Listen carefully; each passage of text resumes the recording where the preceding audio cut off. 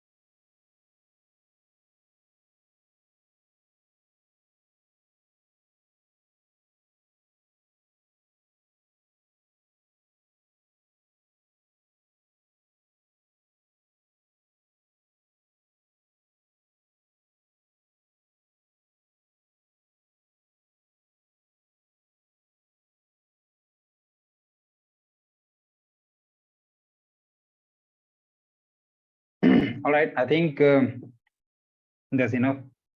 So we can start going with whatever the audience we have right now. And let me start sharing my screen so that I can just present the agenda and quickly run through the agenda and see what we can do more on that. Just a minute.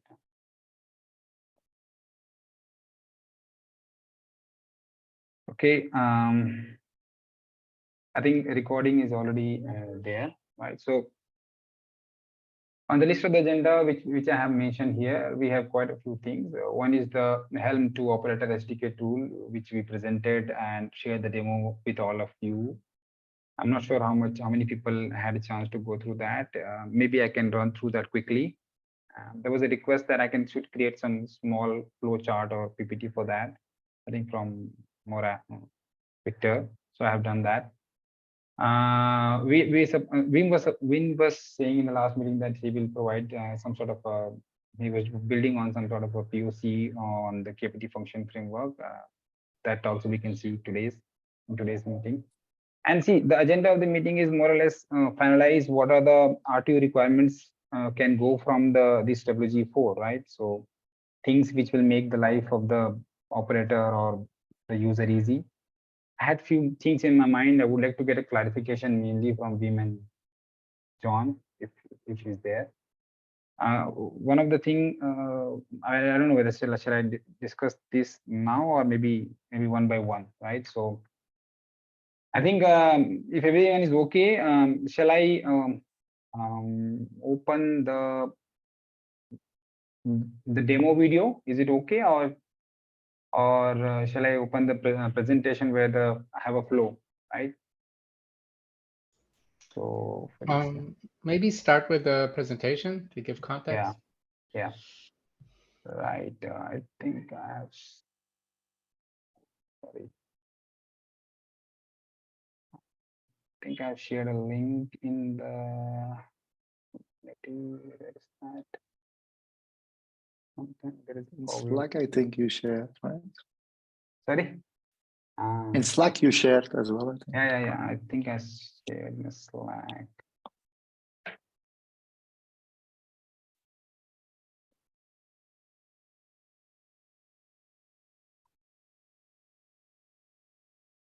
Okay, is it? No.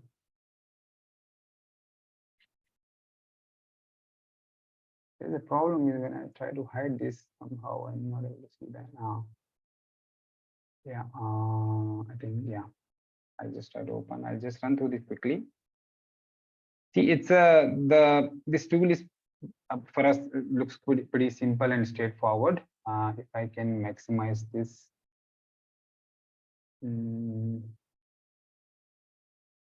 Slideshow.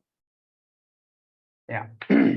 So it's straightforward is that as I said, we take a lot of Helm charts. User can supply the directory where all the Helm charts are available. It can be 1, 2, 10, 15, doesn't matter. And then our tool or SDK will look through that folder and see all the Helm charts available. Then one by one, it is going to parse them. And for each Helm charts, what we do first thing is that we convert them into YAML based on the typical default values which are present in the values.yaml. So we run some commands, something like a Helm template to generate intermediate or the temporary YAML files, so that it is easy for us to parse those YAML files. So that's the step which we are taking in between. And then for each YAML files, we find all the Kubernetes resources available. For example, we know that this is a deployment, or it's a config map, or it's a service, or whatever it is. It can be custom also. So we find them, right? And then once we find them, we go deep into that particular KRM resource and find all the attributes which are supported by those resources. So for example, if there is a specification for a deployment, we will find the images and all those things. And if there are some properties, we will still find all the data types available for them and its values, and we will store them in a temporary location in the memory. And then once we do that, right, we convert all those things using reflection and other techniques. We'll convert them back to the string values, and finally we'll generate a Go code. And that will be we will generate one kind of one Go file for entire chart, but there'll be a separate function. We are dividing in each and every kind of a KRM resource into the one function. Like for example, if I have a 10 deployments, I would create a yeah, I think there is a question with the yeah, Wim, please. No, continue, finish the thing. I have some questions after. Yeah. Okay. Yeah, so you can give your input. This is the way we are doing. Maybe there is some better suggestion, no problem, but be able to do that, something with that. So once we get all those deployments, let's say there are 10 deployments, we will have a get deployment method generated automatically, which will give all the 10 deployment, generate all the code for the 10 deployments. So we'll make it easy for user to just call that function. And even more to that, we are calling all those things, all those functions with the get all, wrapped up all those functions into one single function called get all. So user will be able to call from the reconcile function of the controller. He has to just make one single call, and all those Helm charts will be loaded actually. So that's a pretty simple, straightforward way, right, which we have done. And with this, we are able to accomplish, and we have tested this with the Free5GC code, and we were able to completely generate all the operator code for a Free5GC packages from the Helm chart which they have provided. And even we have tested with a few other things also. So this looks good for us as of now. we need to see how to take it forward. I would like to take a feedback from all those people here and see can this be useful and how can this be enhanced and how can this be integrated. Yeah. So that's it from the flow point of view. I will take the, if you want me to show the demo, I can show, otherwise we can discuss the question and answer right now. I see few raised hand.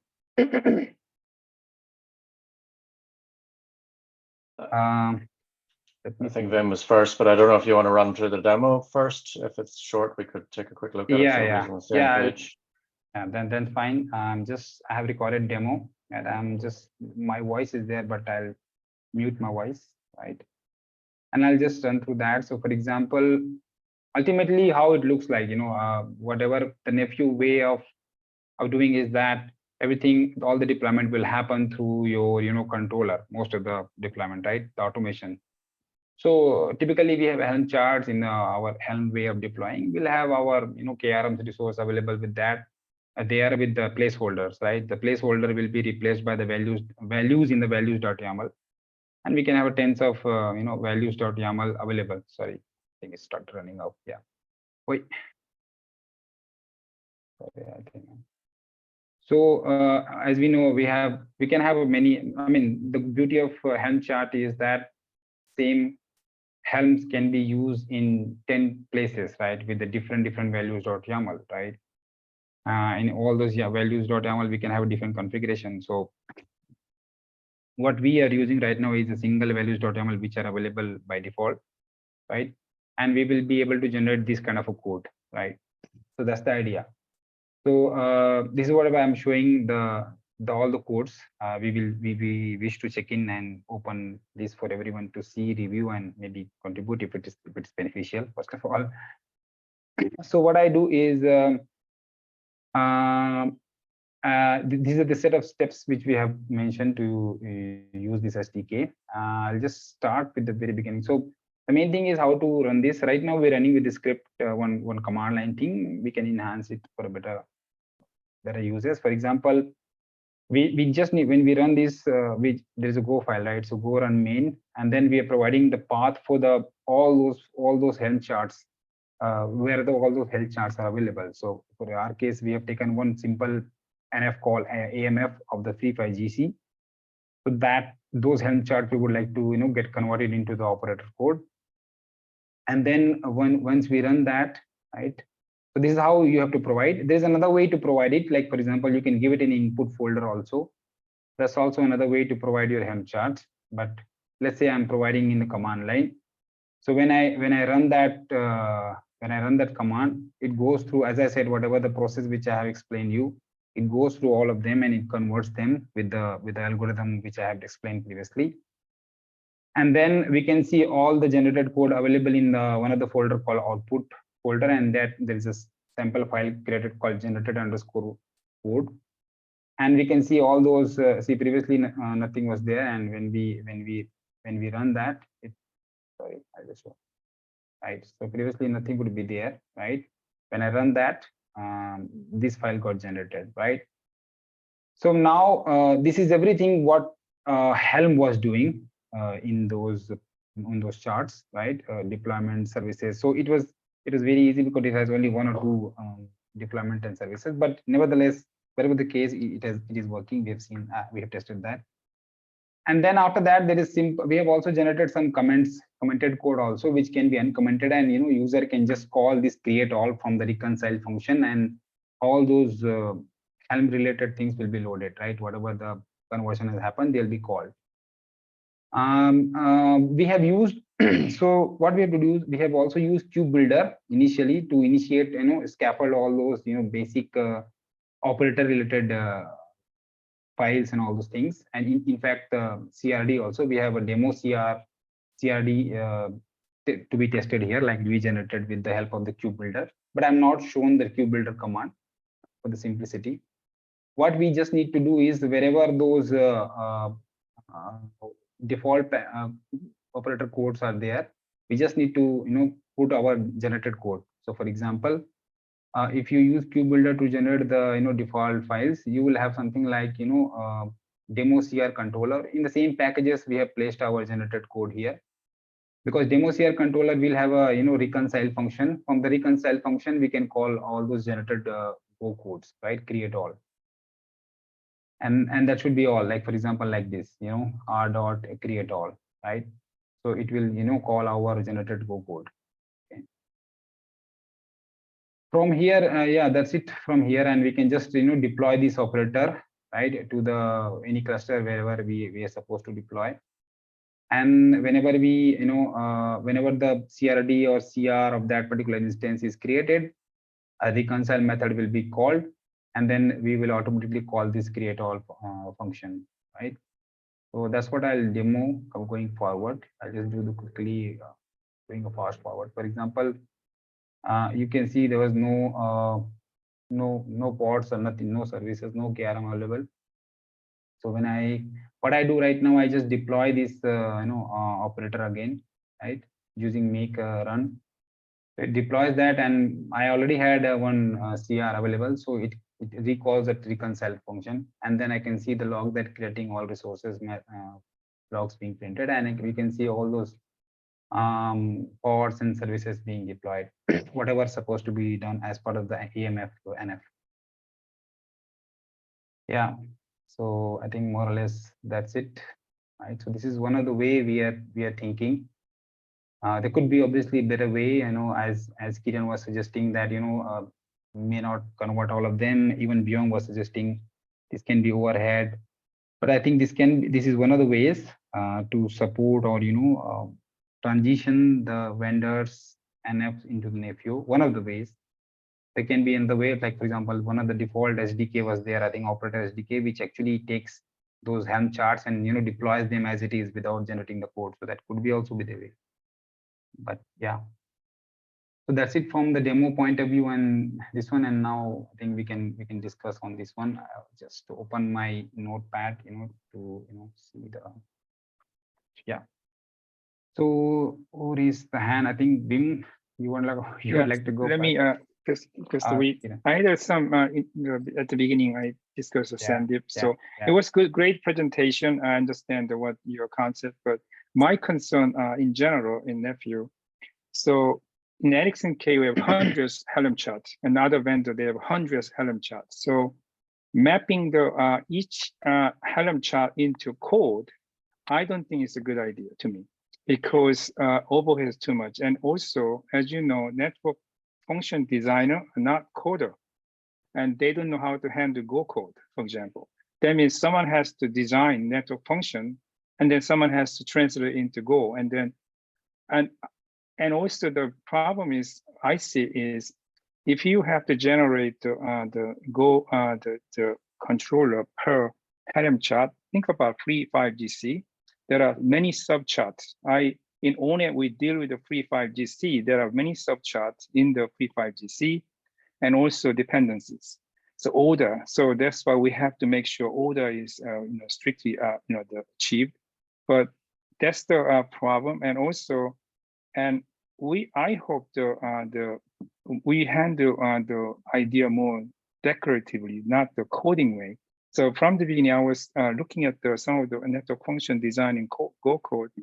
Okay, there's a few, okay, as an example, fine, but now we just talking about, okay, now we have to support existing Helm chart and mapping into not, to me, not. So Fiakra and Kieran once mentioned about the Flux Helm controller. To me, is the Helm install wrapper. So they don't handle each Helm chart in this way. They handle generically. So we define CRs and CR reference in Helm chart, and then the Flux Helm controller, they take the Helm chart content and then configuration part, they just rendering the deployment using Helm install command inside. So I'm not sure Tal mentioned about briefly Helm install the wrapper operator. So if that going that way, I kind of agree. So if instead of using Flux Helm controller, we want to creating our own operator SDK for that. But to me, it's still, I believe, still handled genetically, not like individually. That's why I'm kind of concerned. So maybe I misunderstood Nephew, and I thought Nephew is for hydration, packaging, hydration, and customization distributed to each work cluster, and based on some kind of a configuration, and rest of them they handled it. But anyway, maybe my misunderstood, and seeing the Go code, not comfortable for me, but maybe other people don't have concern. Anyway, so that's my concern I addressed to Sandeep. Now, okay. Yeah, the point noted, for sure. It's for the maybe for the broader community also, because it's the way things are in the Nephew. Maybe Wim or Kiran, whatever you feel you have. Yeah, I think Wim had his hand up first. So go should I have I had two basic questions with respect to the tool itself. So first of all, you say we start with default.yaml. For example, if you put a different YAML values.yaml file inside, and there would be a certain set of resources created that you would not get by the default, do you handle that, or you have to? We have already thought about this one, but right now in the basic version we haven't handled that. But what will happen right now? It will override whatever the previously generated code was there. So we plan to handle that gracefully. You know, even generate them also, maybe some sort of a deep we can do and all those things. So that's the thing which we plan to handle in once we start developing more and more on that. So yeah, that's it. And what about, for example, in some of the Helm charts that I look to in Nokia, we have like, if this, then this parameter is set, if that, then that parameter is set. Do you handle any of that at the moment? No, those if and all we are not handling as of now, right? We have seen that, but we are relying on the concrete values or concrete YAML to be generated. So we are not actually parsing the Helm chart. Actually, we are parsing the YAML files, which is generated based on the values.yaml. So templating, all those things will be gone. So based on the values.yaml, actually you will get a final YAML, right? Which is free of if and all those conditions, right? Yeah, so, but the problem, I think that's a challenge, right? Because the problem is that today these vendors have this single chart, and based on input they generate different outputs. See, this is the challenge which I think Byung is also going. I think the challenge is going to be in how well this tool supports Helm, right? Because you will have to deal with all of these scenarios somehow. And you can then ask. I mean, if I look at it from a vendor, basically there is two things, right? So we have Helm, and I think what the Byung is saying is that I want to leverage that as long as I can, right? And then in parallel, I will do something new, right? Or something different. And I think if the basis here is still YAML, still Helm, sorry. So we haven't changed, right? So that means that whole logic remains the same somehow. And we now have to rely on this tool to be as flexible enough to support all of that things. And that's going to be the challenge, I think. Yeah. I think I take that point, and that's a good addition for us. And we have given a brief thought about it before we started, but now I know that it is mandatory for us to support that. We'll do that for sure. We'll handle that. Yeah. Thank you. Okay, that's it. Yeah, I'm not sure that's a fairly non-trivial aspect to handle. I think I wrote a small sort of document there last week or the week before, and I sort of shared. Yeah, you have it. I think I can open that. We basically talked about where different approaches would fit into, if you're using an SDK at design time. And effectively, certainly the way Ericsson would see it is we need to support Helm charts in a lot of scenarios that we support with existing tooling and existing capabilities for today and for quite some time to come, I would imagine. So Helm charts are going to be around whether we like it or not for some time. Then I guess the question of what sort of approach we want to take and what I wanted to ask you was how I need to get back and address some of Kaushik's questions here. But if you scroll down a little bit further, there was some difference to the conversion translation approaches, and the first one here is where you just do it manually, so we can ignore that. You're kind of proposing that the tooling and the SDK tooling comes in here. The second approach here is where the SDK actually the package developer just works on Helm all the time. And then whenever they come to support a Nepio deployment scenario, they run the SDK to create a kept package that can be onboarded into Nepio. Is that where you see this SDK fitting in, or do you see this as a one-time execution that from then on the package developer continues to develop the kept, sorry, there should be kept packages and operators and all sorts of things in here as well, I guess, in addition. Yeah. So, but you're sort of saying that this sort of workflow where the package developer only ever interacts with Helm, and then the SDK converts it to the kept and the operators that are within it. Is that what you see? Yeah, Or do you I see it that. as the Yeah, I see that. Yeah, one time, and even the multiple time actually. If there is a change in the Helm, or sorry, there is a change in the Helm template, he can actually regenerate that code and it will be available for them. So we, as Vim was suggesting, we will provide some sort of a way to merge them, handle gracefully. So he can. It's up to him. If he doesn't want to come back to the code and he just want to update the the Helm chart, he can still use that and generate a new code for that for them. Yeah. I mean, it sounds like to me like a laudable aspiration, but I mean, I'll be honest. I think it sounds like something that's extremely daunting to try and effectively recreate all the possible permutations that you can achieve with Helm, and manage that in something that will generate, a lot of Go code that will be, shall we say, non-trivial to troubleshoot particularly when the package developer is used to working with Helm, and then they're asked to go and troubleshoot a deployment that has issues around this Go operator that's generated from the packaging. So it's an interesting approach, and I personally feel it is challenging, shall we say. Little challenging, yeah. Challenging, especially the Kieran, you're considering about not just the pure Helm, the YAML, you have to talking about the hooks, pre and post hooks. Yeah, pre and post install hooks and all that kind of crack. Yeah, there's lots of stuff going on and quite complex Helm charts and nested Helm charts and so on. Yeah. So, I mean, I can sort of see how for simple use cases where you've got a sort of quite well defined and basic enough Helm charts that this can be something that can work quite well, but in a general sense, I think it's yeah, I got the point. Actually, it is challenging. Even when we started this, we also thought that, but we thought let's give it a try and see how it comes up. And for us, as of now, it's looking good, and we'll see. Even based on the community inputs, there's no problem in handling the challenging works. So, but it has to be useful. That's the point. Yeah. So I'll take your point. Just a minute. And I see Tall has raised his hand. I think just a single critical point I would sort of say is around the troubleshooting and debugging of these types of scenarios where you run into issues with the generated code, and it is generated code, so therefore it's not something that the developer is familiar with.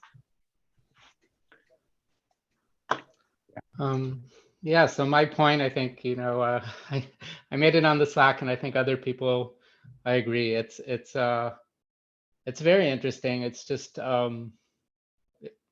I think it would work only for a very, very limited subset of Helm charts that are just very straightforward in terms of how they use values and what they generate.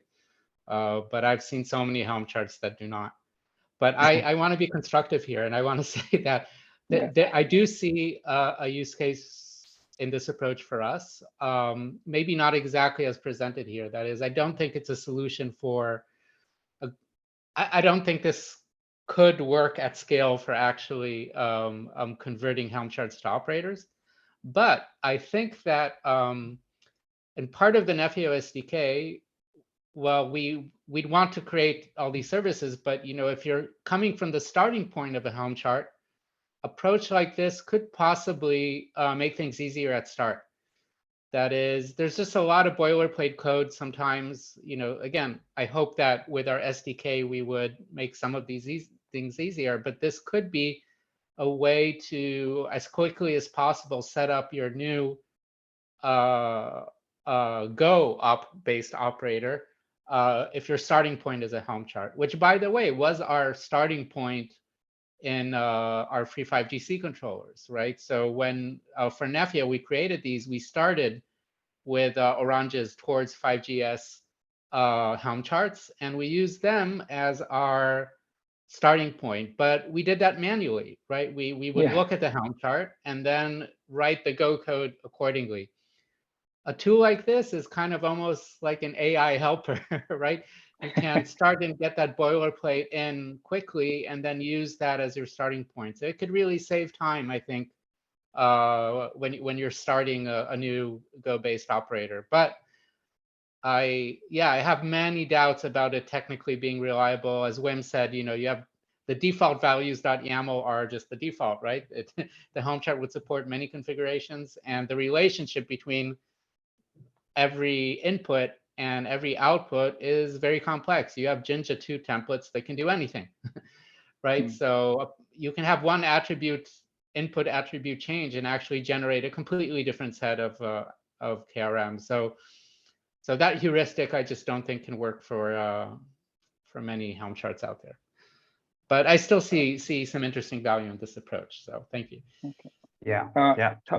If I might have a question toward you. So I have a couple of questions. So first of all, you are thinking about generate the Go code automatically, not the manually. So manually is out of question to me, for sure, because we cannot do manual handling. Second question is, your text is you think is operator SDK as a wrapper of Helm install.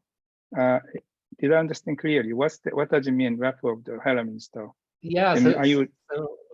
Right. One second. Were you thinking about the Fluxway, or what's your point? So I've been mostly listening to the input, right? I'll tell you that internally in Google, we also had discussions on these things, and we want to share our thinking as well. We haven't made fun.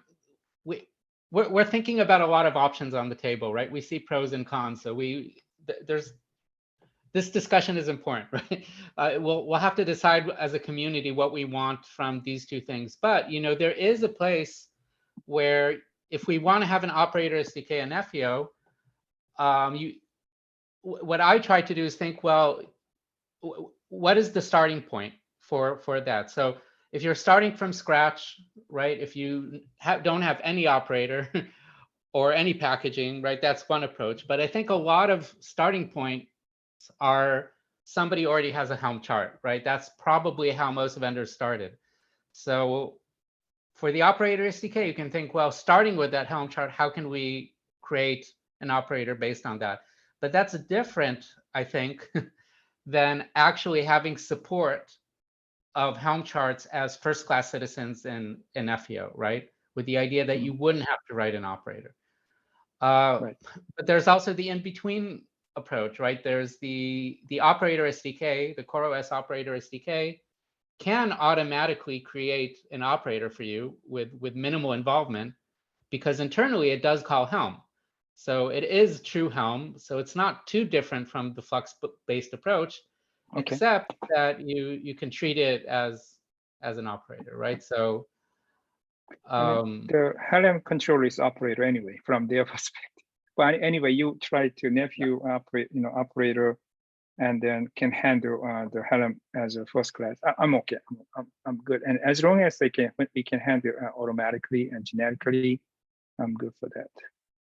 Yeah, I think we need more discussions about what we want from the operator SDK, and I know Wim has a presentation on this too. But we're imagining various kinds of functionalities, right? So if our support for Helm doesn't have support for those functionalities, and then the Helm support would be very minimum.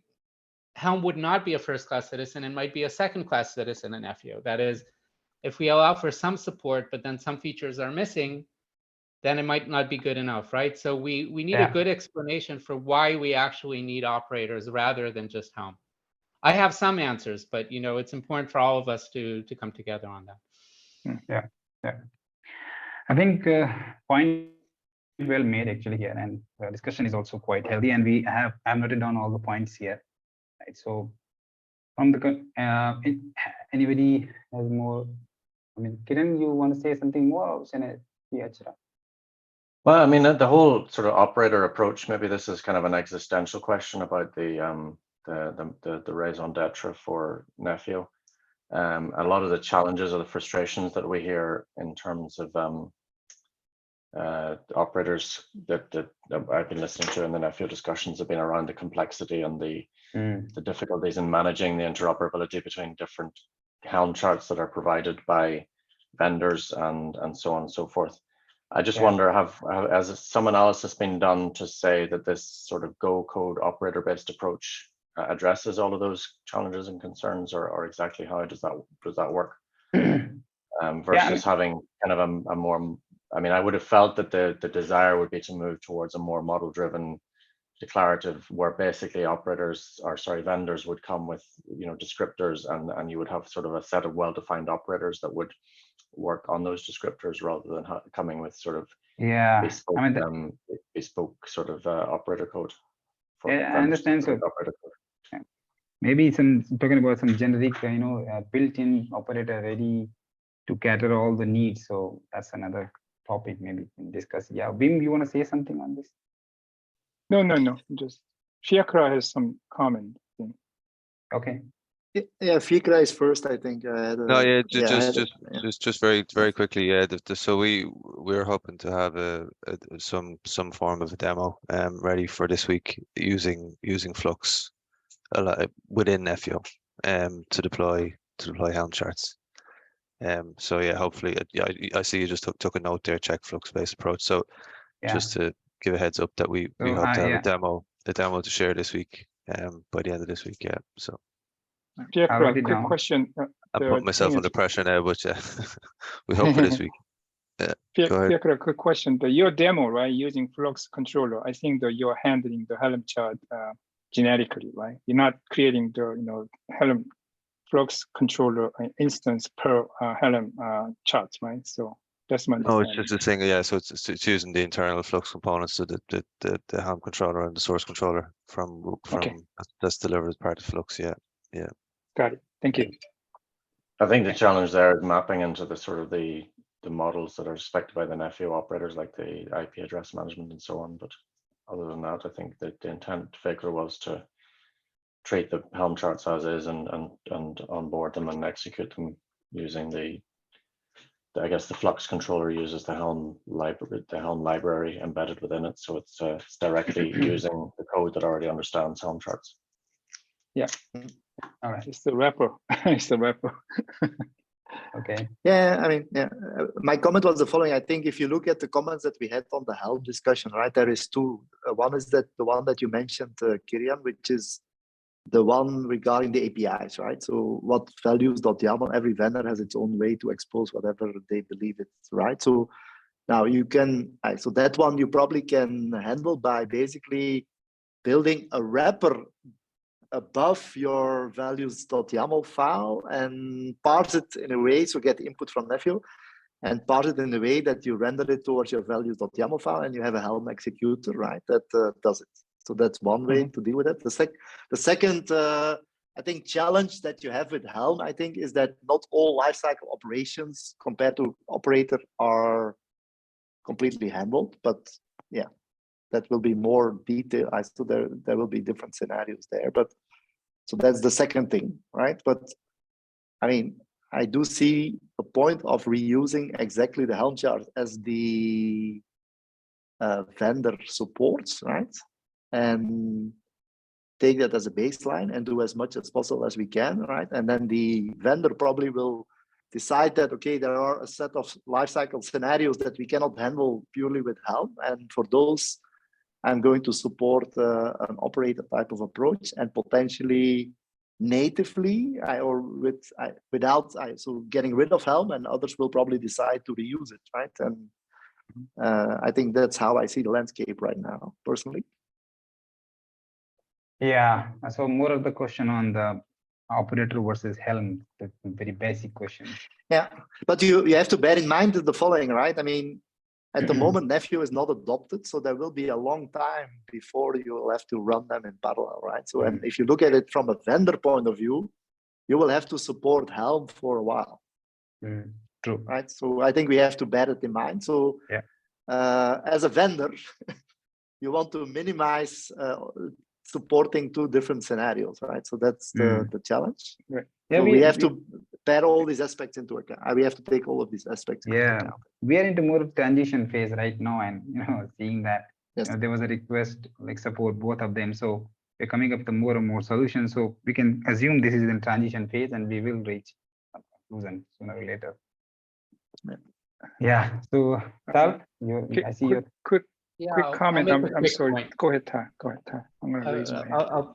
I'll be very quick. Yeah. So it's I think we're pitting two polar opposites here in a way. We're putting Helm chart versus an operator written in Go, but there have been really interesting examples of operators written in Python.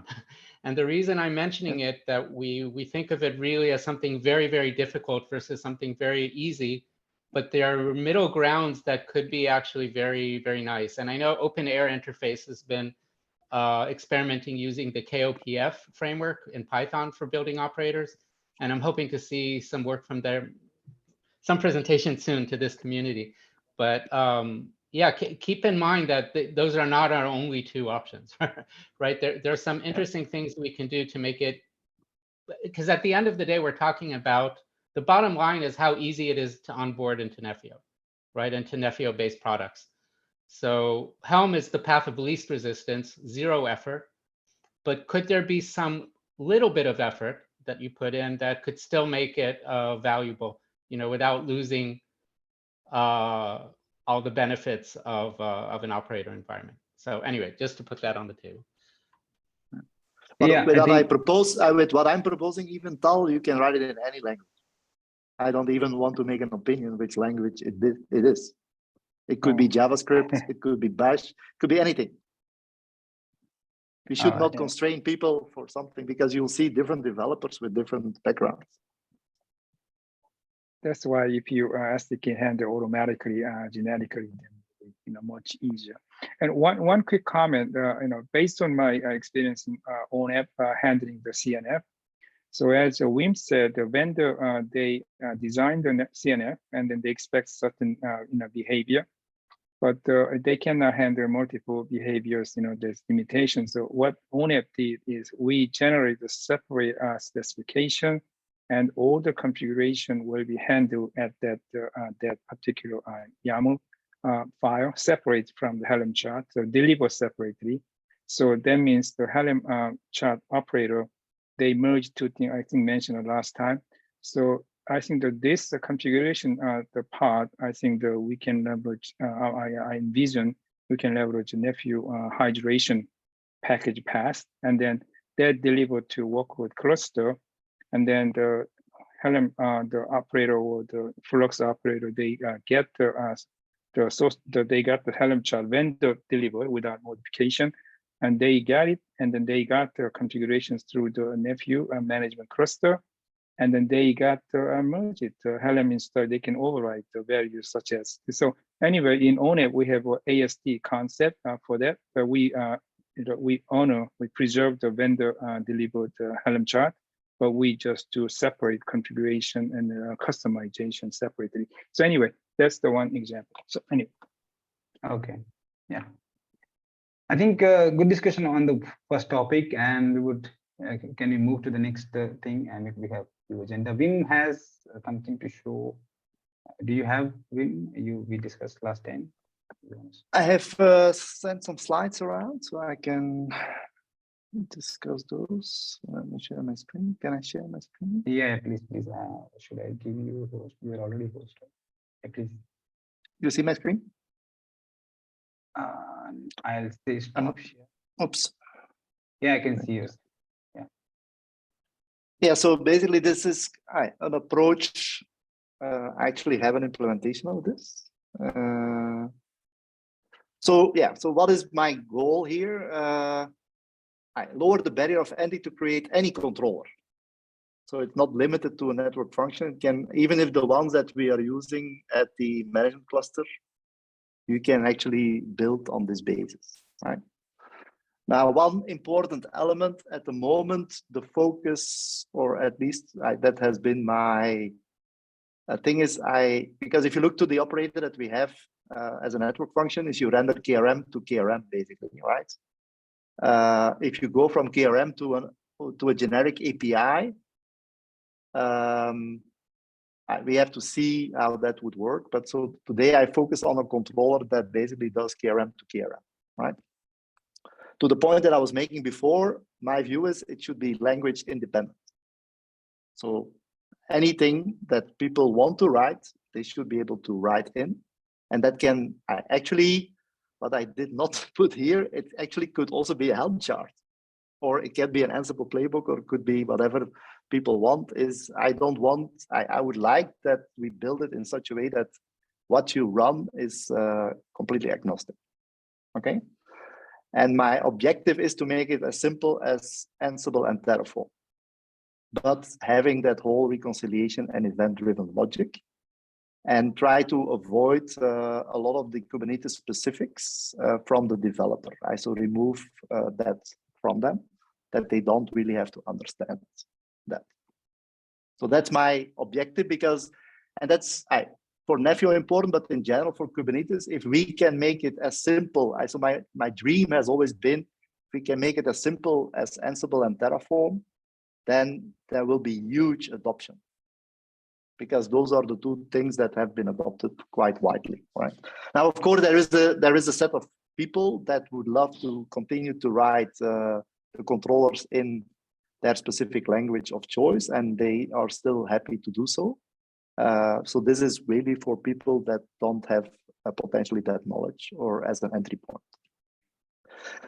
So now, if you then look at a controller, what you actually see, if you have been writing some, you actually see that there is three distinct, let's say, phases into it.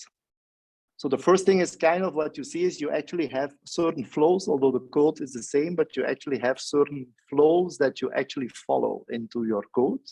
So for example, you typically have a create and delete pipeline, and you have a create and update pipeline, and you have a delete pipeline. So they are typically, although the code in the beginning is the same, but they split fairly easily or fairly rapidly. So you see that there is certain patterns in it. The second thing that you see, what you have to do in an operator, is the full lifecycle operation of the resources itself. So you have to take care of the diffing and stuff like that. If I write a controller, I always have a generic set of libraries that do that. So my code actually doesn't do any of that. So there is a generic library that takes care of all of that. The code that I write as a controller is basically telling you, with this input that I get, I generate this output, and I don't care what was happening before or after. I just look, so the SDK, or there is something inside of the controller, if you will, that takes care of dealing with that, the difference between what it is that you want to achieve based on this new input versus what was actually there. So that is handled completely outside of the developer. So that's happening in this case inside of the SDK, right? And then the third thing that you have to do as a developer is transforming basically data from a set of inputs, so from KRM, or maybe certain things that you look up, towards other KRM resources, right? So that's kind of the logic that you typically have to build based on that information. And that's where I believe the development effort should be upon. Now, how does it look like in terms of implementation? Potentially, is you have so the prototype, or the thing that I built, actually is built on controller runtime. So you use controller runtime as is. There would be an SDK which we would develop. So this is something that is hidden from the developer, and then people could write functions, and those functions could be, by the way, I did not put it, but could be a Helm chart that you render, but that function could be, and by the way, in a certain pipeline you can have multiple functions, so it's not limited to one. So you have the choice. You can make it as simple as one, but you can make it also multiple. And basically, what is running inside of a function? If you have an operator that has multiple functions, each function can be its own language. So you don't even have to have them all in the same language, so they can use whatever language they want as such. The SDK as such that I have built in internal function and external function. So external functions are things that people develop outside, right? And they typically would actually run either as a container or as a WebAssembly module. So you actually run them how you believe they best fit. And then I also build in, but that's probably a little bit too much for now, I built a services concept that you can actually reach out to outside world, which is not Kubernetes. So I actually have that also built in, but let's focus on the others right now. The external functions are basically using the similar concept that you have in CAP functions. So they work on the basis of KRM. And so they work on standard in, standard out, and standard error, and you basically leverage that. The one thing that I built in what today the CAP pipeline doesn't do, but we actually did that as well, as we have a form of filtering. Because if you run these things in WebAssembly, so if you have very large set of KRM resources, you might constrain yourself with sending them to a container and so on and so forth. So I built in a filtering capability that can be leveraged, but you could write these external functions in any language that you want, depending on what we believe is the best. But yeah, it's open-ended. The internal functions that we have so I built a set of internal functions. So there is a condition, there is a range, there is also JQ. You can do goal templating. So I just experimented with a few that I put myself. So these are, let's call it helper functions that can be used to actually do something. Typically, you see them being useful in more, let's say, if you really decompose your function or your controller into a lot of independent building blocks, then you would use these. But for very simple use cases, you typically have a single function and then you execute something. So as I said from the beginning, my comparison is Terraform is one, but Ansible is another, but it's pretty much the same. So if you look to Terraform as such, what you have a Terraform file. You have which uses Terraform modules or Terraform providers, right? And you have then Terraform state that you use when you render that, right? So in this concept, it is very similar. So you have what I call a controller file. So the controller file is comparable to a Terraform file. And you have the comparison towards Terraform modules and provider is basically the function catalog, right? So the idea here is that these functions will be built by various people that are not necessarily limited to Nephew, but could be a whole ecosystem that runs. Yeah, Tal, do you have a question? I'm just putting myself on the queue. Please finish. Yeah. Okay. Yeah, I'll finish. Yeah. So basically, that's that, right? And then, so this, yeah. So that's basically the conceptually. So it's very similar to that.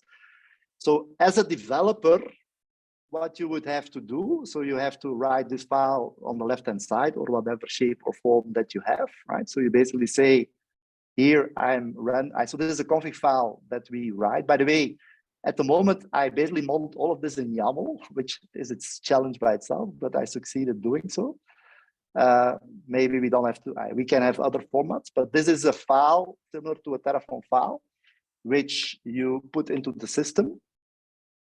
In this case, I made a very simple scenario is you have a UPF deployment that we get from the workload cluster, and you actually run a function, which is an FU UPF function or whatever the vendor is. And I generate a deployment and a config map, right?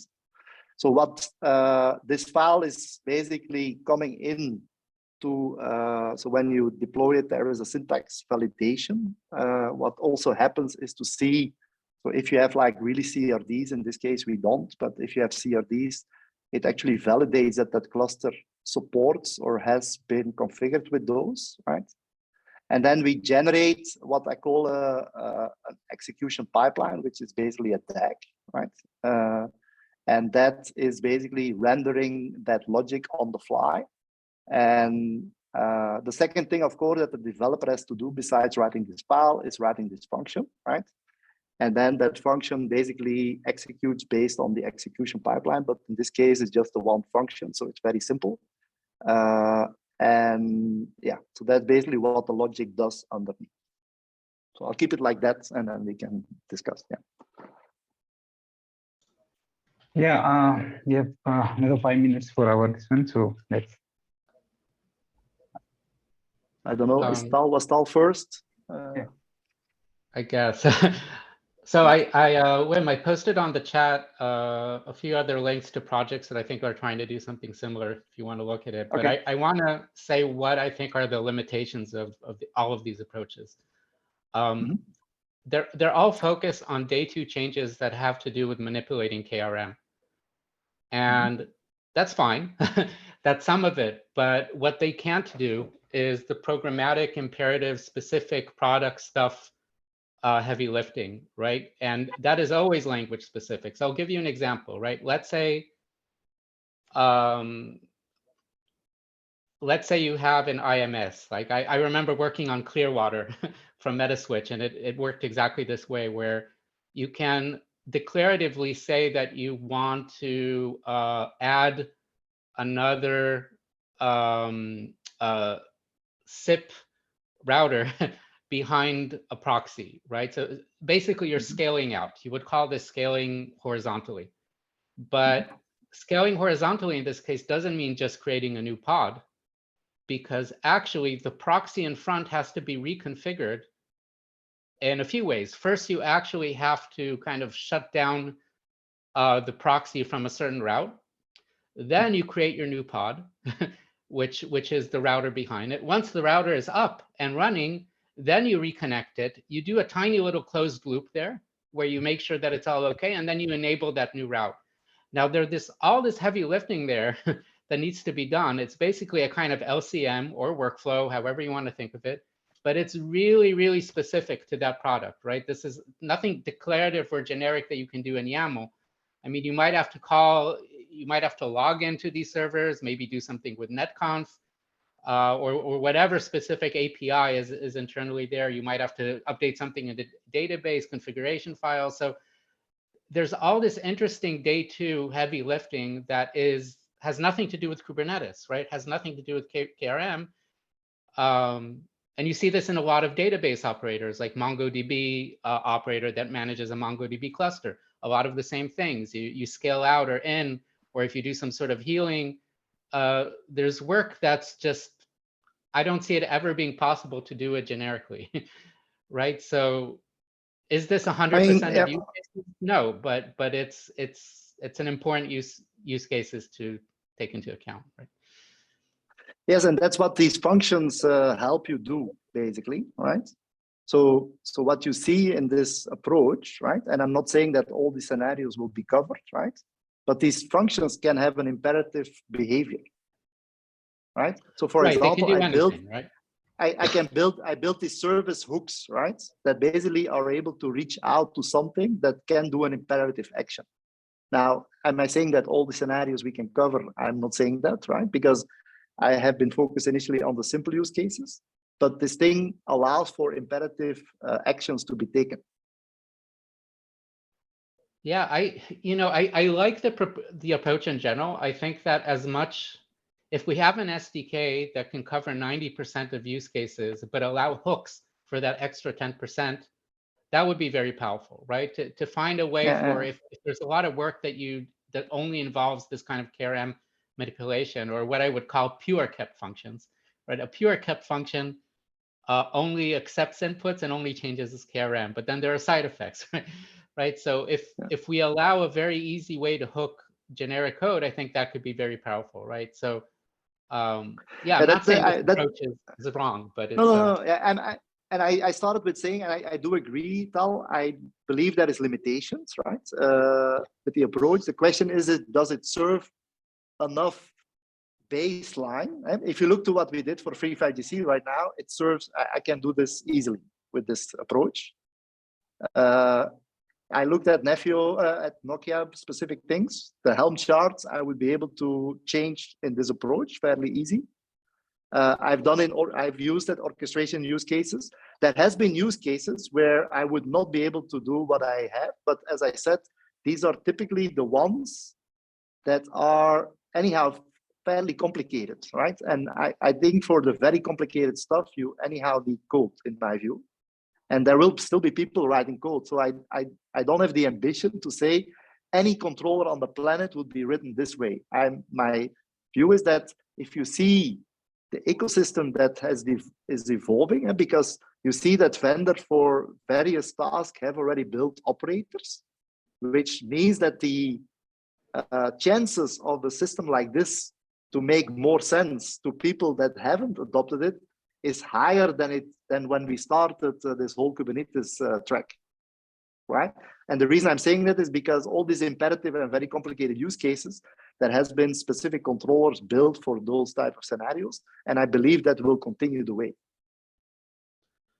Yeah, but here's what I think, that if you do go this direction, then if it's really all just declarative, then why not just use Helm or any of the 3 projects that I linked there? Kudo is a very powerful one where you can do a lot of this declaratively. I think it tries to do a lot of what you're setting out here. So I think it's worth looking at it. Yeah, I'll have a look. Yeah. But I'm not saying that it's purely declarative tal. That's not what I said either, right? So you can do imperative task in this approach. Yeah, but so imperative, you would have to write a kept function, right? Yes, of course. I mean, but here is the thing. Why is Terraform successful? Because on one hand, they have the language of the file, but then they have the whole ecosystem of people building providers and modules, right? And it's the same here. I mean, so I'm not saying that this is the only thing that you will do. People will write functions, but it's like kept at some point, and some of these functions will have imperative behavior, right? And depending on the ecosystem that develops, you basically leverage it, right? But it's all built natively inside of KRM, right? So I'm not saying, so with this approach, you will still have to write functions. And these functions do these imperative tasks. Well, or some imperative tasks. That's just the thing, that with Helm charts, you don't have to be a programmer to be able to generate this at all, right? So I understand, so yeah, but I mean, you have some of these limitations. kept So I allow functions, and the functions can be very extent. I mean, you can write very complicated logic if you want. But for example, look at the Helm chart. You could actually, one approach could be, you take this approach, you basically render the input to a Helm chart and you execute a Helm chart. Of course, there is nothing imperative in that, right? But you could have a function that does an imperative job based on what you said. That also works. Yeah. I think and there's more, you know, there's a lot of times you want your controller to handle events that have nothing to do with KRM, right? You want, and that is, by the way, that is supported. So I have that already. Well, yeah, well, okay. I think we can see more on that, and based on the pros and cons which Wim has presented, and I see there are few. So I think this can be extended to another further discussion. I think that's a quite a good demo and discussion on this. So what do you say, Wim? We discuss further on this on subsequent meeting or in the Slack? Yeah, we can discuss next week. Yeah, I'll have a look to the Slack because I did not pay attention to it so far, and to the questions. So I'll have a look. I think, yeah, the questions maybe we can discuss there, and in the next meeting we can continue on this, right? Sure. Yeah. Then I have few more agendas, but I think we are already over on the time, so I don't want to waste further. So I think I have to close on this, right? And whatever the agenda meeting points I had, I'll try to cover in the next meeting or maybe Slack somewhere, right? Yeah. Thank you. Okay.